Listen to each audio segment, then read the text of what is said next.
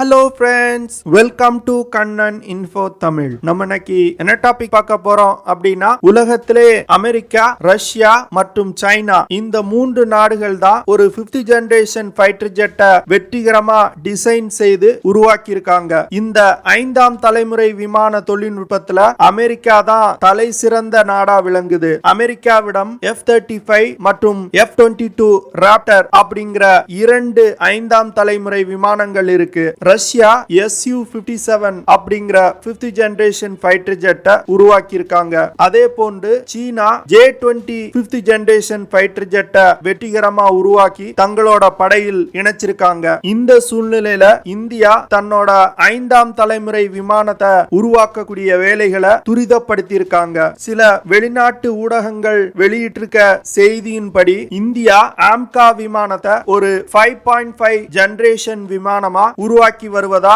சொல்லியிருக்காங்க. அதாவது 5ஆம் தலைமுறை விமானத்தை விட அதி தொழில்நுட்பம் கொண்ட விமானமா இந்தியா உருவாக்கி வருவதா செய்திகள் வெளிவந்திருக்கு. இந்தியா எதற்காக 5ஆம் தலைமுறை விமானத்தை உருவாக்குறாங்க, 5ஆம் தலைமுறை விமானத்தோட சிறப்பு அம்சங்கள் மற்றும் தாக்கும் திறன் குறித்து நம்ம டீடைலா இந்த வீடியோல பார்க்கலாம். நீங்க இப்பதான் நம்ம சேனலுக்கு ஃபர்ஸ்ட் டைம் வர்றீங்க அப்படின்னா நம்ம சேனலை சப்ஸ்கிரைப் பண்ணிக்கங்க. அப்படியே அந்த பெல் நோட்டிபிகேஷனை கிளிக் பண்ணி ஆல்ங்கிற ஆப்ஷனை எனேபிள் பண்ணிக்கங்க.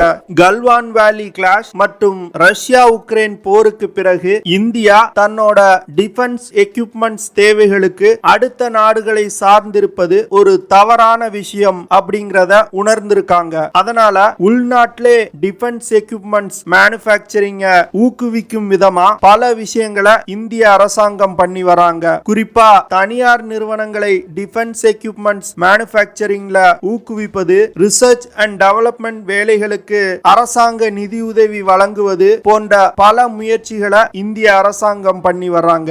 அந்த வகையில இந்திய ராணுவத்துக்கு தேவையான லைட் வெயிட் டேங்க்ஸ், ஹவிட்சர்கள் போன்றவற்றை இந்தியாலே உருவாக்க முயன்று வர்றாங்க. அதே போன்று இந்திய விமானப்படை பெருமளவுல வெளிநாட்டு இறக்குமதிகளை நம்பியே செயல்பட்டு வருது. இதை குறைப்பதற்காக இந்தியா இப்ப கையில் எடுத்திருக்கிறது தான் இந்த AMCA ப்ராஜெக்ட். இந்த AMCA போர் விமானம் ஒரு 5ஆம் தலைமுறை போர் விமானம். ஒரு 5ஆம் தலைமுறை போர் விமானத்தோட சிறப்பு அம்சம் என்ன அப்படின்னா, அந்த விமானத்துல இருக்கக்கூடிய ஸ்டெல்த் கேப்பபிலிட்டி. ஸ்டெல்த் கேப்பபிலிட்டி அப்படிங்கிறது 5ஆம் தலைமுறை விமானத்தை எந்த ஒரு ரடார்களாலும் கண்டுபிடிக்க முடியாது. இதன் மூலமா 5ஆம் தலைமுறை விமானத்தை கொண்டு எதிரிகள் மீது சர்ப்ரைஸ் அட்டாக் பண்ண முடியும். அது மட்டும் இல்லாம எதிரிகளால எந்த ஒரு மிசைல்களை கொண்டும் 5ஆம் தலைமுறை விமானத்தை தாக்கி அழிக்க முடியாது. ஏன்னா 5ஆம் தலைமுறை விமானத்தை ரடார்களால் கண்டுபிடிக்க முடியாது. 5ஆம் தலைமுறை விமான தொழில்நுட்பத்துல சீனா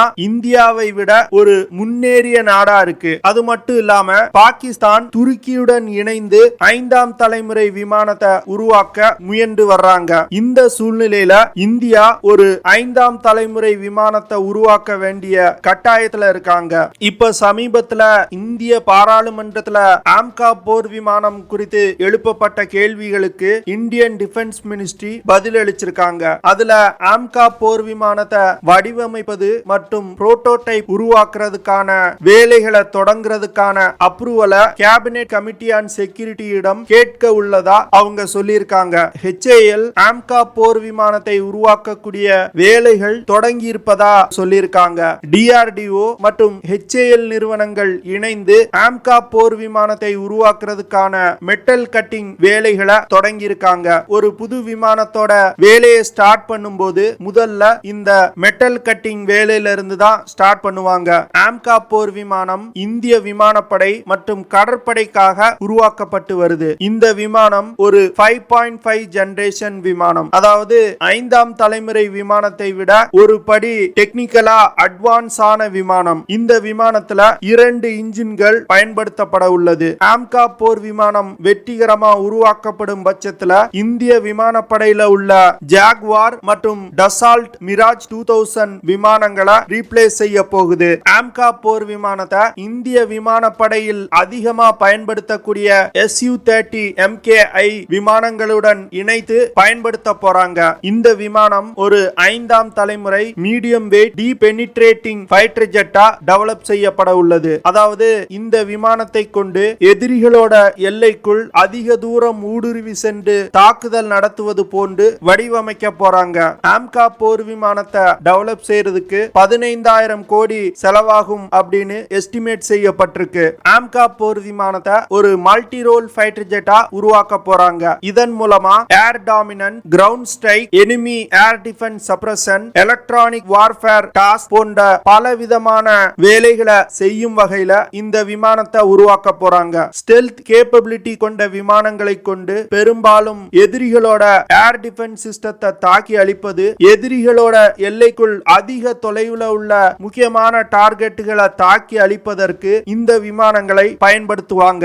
ஆம்கா 5ஆம் தலைமுறை போர் விமானத்துல பல அதிநவீன தொழில்நுட்பங்கள் இணைக்கப்பட உள்ளது. குறிப்பா சொல்லணும் அப்படின்னா ஆம்கா போர் விமானத்தை சூப்பர் க்ரூஸ் செய்யும் விதத்துல உருவாக்க போறாங்க.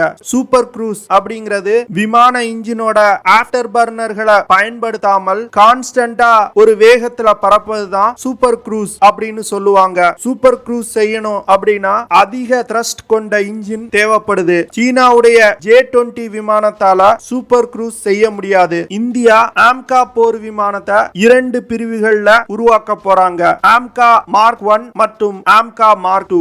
ஆம்கா மார்க் 1 விமானத்துல 98 கிலோ நியூட்டன் த்ரஸ்ட் கொண்ட GE F414 இன்ஜின் பயன்படுத்த போறாங்க. இந்த இன்ஜினோட த்ரஸ்ட் குறைவா இருக்கிறதுனால சூப்பர் க்ரூஸ் செய்ய முடியாது. ஆம்கா மார்க் 2 விமானத்துல இந்தியா பிரான்சுடன் இணைந்து 125 கிலோ நியூட்டன் த்ரஸ்ட் கொண்ட இன்ஜினை உருவாக்க போறாங்க. இந்த இன்ஜினை பிரான்ஸ் நாட்டின் சஃப்ரான் நிறுவனத்துடன் இணைந்து இந்தியா உருவாக்க போறாங்க. 125 கிலோ நியூட்டன் த்ரஸ்ட் கொண்ட ஆம்கா மார்க் 2 போர் விமானத்தால சூப்பர் க்ரூஸ் செய்ய முடியும். இது ஒரு மிகப்பெரிய அட்வான்டேஜ். ஏன்னா ஆஃப்டர் பர்னர்களை பயன்படுத்தாமல் சூப்பர் க்ரூஸ் செய்ய முடிஞ்சது அப்படின்னா குறைவான எரிபொருளை பயன்படுத்தி பறக்க முடியும். ஆம்கா போர் விமானத்துல ஆர்டிபிஷியல் இன்டெலிஜென்ஸையும் பயன்படுத்த போறாங்க. ஆர்டிபிஷியல் இன்டெலிஜென்ஸை பயன்படுத்தி பைலட் இல்லாமலே இந்த விமானங்களை இயக்கும் வகையில வடிவமைக்க போறாங்க. அது மட்டும் இல்லாம காம்பேக்ட் ஏர் டீமிங் சிஸ்டம் அப்படிங்கிற கேட் சிஸ்டத்தை இந்தியா டெவலப் செய்து வர்றாங்க.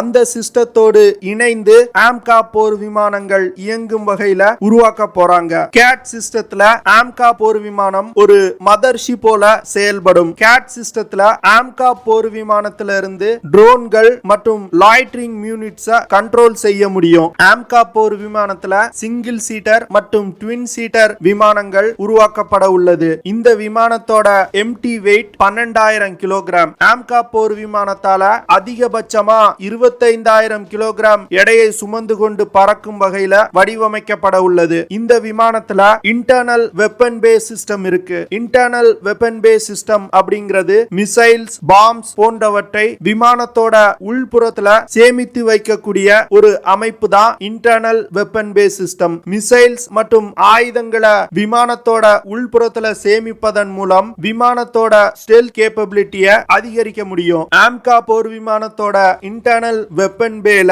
1500 கிலோகிராம் எடை கொண்ட மிசைல்கள் மற்றும் ஆயுதங்களை சுமந்து செல்ல முடியும். இந்த விமானத்துல 14 ஹார்ட் பாயிண்ட்ஸ் இருக்கு. இந்த 14 ஹார்ட் பாயிண்ட்ஸ்ல 5000 கிலோகிராம் எடை கொண்ட மிசைல்கள் மற்றும் பாம்களை சுமந்து சென்று எதிரிகள் மீது தாக்குதல் நடத்த முடியும். ஆம்கா போர் விமானத்தால அதிகபட்சமா 2600 கிலோமீட்டர் பெர் ஹார் வேகத்துல பறக்க முடியும். ஆம்கா போர் விமானத்தோட ரேஞ்ச் 3240 கிலோமீட்டர். ஆம்கா போர் விமானத்தோட காம்பாக்ட் ரேஞ்ச் 1600 கிலோமீட்டர். ஆம்கா போர் விமானத்தால அதிகபட்சமா 5300 கிலோமீட்டர் தூரம் வரைக்கும் பறக்க முடியும். இந்த விமானத்தால அதிகபட்சமா 65,000 அடி உயரம் வரைக்கும் பறக்க முடியும். ஆம்கா போர் விமானத்துல பலவிதமான அதிநவீன மிசைல்களை இந்தியா பயன்படுத்த உள்ளாங்க. குறிப்பா சொல்லணும் அப்படின்னா Astra IR, Astra mark 1, Astra mark 2, Astra mark 3 போன்ற ஏர் டு ஏர் மிசைல்களை இந்தியா பயன்படுத்த போறாங்க. பிரம்மோஸ் NG, சாண்ட், ருத்ரம் 1 போன்ற ஏர் டு கிரவுண்ட் மிசைல்களையும் பயன்படுத்த போறாங்க. அடுத்து laser guided bombs, DRDO smart anti airfield weapon, DRDO glide bomb போன்ற அதிநவீன குண்டுகளை இந்த விமானத்துல பயன்படுத்த போறாங்க. அது மட்டும் இல்லாம லேசர் வெப்பன் போன்ற டைரக்ட் எனர்ஜி வெப்பனையும் இந்த விமானத்துல பயன்படுத்த போறாங்க. 5ஆம் தலைமுறை விமானத்தை உருவாக்குறதுல ஒரு மிகப்பெரிய சேலஞ்ச் என்ன அப்படின்னா ரடார் அப்சர்வர் அப்சர்விங் மெட்டீரியல்களை உருவாக்குறது. இந்த ரடார் அப்சர்விங் மெட்டீரியல்கள் மூலமா விமானத்தோட ரடார் கிராஸ் செக்ஷன் மிகவும் குறைவா இருக்கும். இதன் மூலமா ரடார்கள்ல சிக்காம எதிரிகளோட எல்லைக்குள் நீண்ட தூரம் ஊடுருவி சென்று தாக்குதல் நடத்த முடியும். AMCA போர் விமானத்துல 3 டைமென்ஷனல் த்ரஸ்ட் வெக்டாரிங் தொழில்நுட்பம் பயன்படுத்த போறாங்க. இந்த தொழில்நுட்பம் எதற்கு பயன்படுத்துவாங்க அப்படின்னா, இன்ஜின்ல இருந்து வெளிவரக்கூடிய த்ரஸ்ட வேறு திசையில திருப்புறது மூலமா விமானத்தை திசை மாற்றி பறக்க வைக்க முடியும். இது ஒரு மிகப்பெரிய அட்வான்டேஜ். சாதாரண விமானங்கள்ல சிங்கிள் த்ரஸ்ட் வெக்டார் தொழில்நுட்பம் தான் பயன்படுத்தப்பட்டிருக்கும். ஆனா 5ஆம் தலைமுறை விமானத்துல 3 டைமென்ஷனல் த்ரஸ்ட் வெக்டார் தொழில்நுட்பம் அதிக அளவுல பயன்படுத்தப்படுது. அடுத்து AMCA போர் விமானத்துல உள்நாட்டிலே தயாரிக்கப்பட்ட active electronically scanned array radar பயன்படுத்த போறாங்க. AMCA போர் விமானத்தை உருவாக்குறதுல அதிக அளவுல தனியார் நிறுவனங்களை ஈடுபடுத்த இந்தியா முடிவு பண்ணிருக்காங்க. இதன் மூலமா இந்த விமானத்தை அதிவிரைவா உருவாக்க முடியும் அப்படின்னு இந்தியா நினைக்கிறாங்க. AMCA போர் விமானத்தோட புரோட்டோடைப்ப 2024க்குள்ள உருவாக்க முடிவு பண்ணிருக்காங்க. AMCA போர் விமானத்தோட முதல் பறத்தல் 2025வது வருடம் இருக்கும் அப்படின்னு எதிர்பார்க்கப்படுது. AMCA ப்ராஜெக்ட் ஷெட்யூல் பண்ண டயத்துல கரெக்டா நடந்துச்சு அப்படின்னா இந்தியா சீனாவை 5ஆம் தலைமுறை விமான தொழில்நுட்பத்துல பின்னுக்கு தள்ள முடியும். இந்தியாவிற்கும் சீனாவுக்கும் இடையே இமயமலை பகுதியில ஒரு யுத்தம் வந்துச்சு அப்படின்னா சீனா தன்னோட J-20 விமானத்தை இந்தியாவுக்கு எதிராக பயன்படுத்துவாங்க.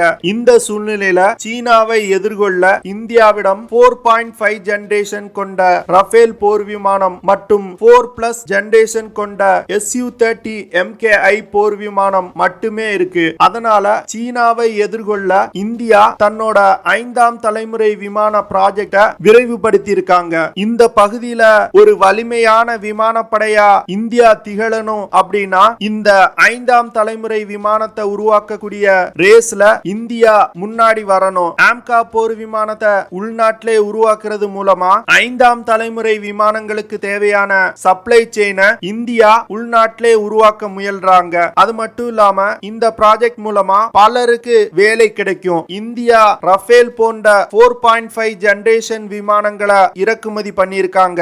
அதற்கே அதிகமான தொகை கொடுத்து இந்தியா வாங்கியிருக்காங்க. 5ஆம் தலைமுறை விமானத்தை வாங்கணும் அப்படின்னா பல மில்லியன்களை இந்தியா செலவு பண்ண வேண்டியது இருக்கும். இந்த விஷயங்களை மனதில் வைத்துதான் இந்தியா AMCA ப்ராஜெக்ட டெவலப் செய்து வர்றாங்க.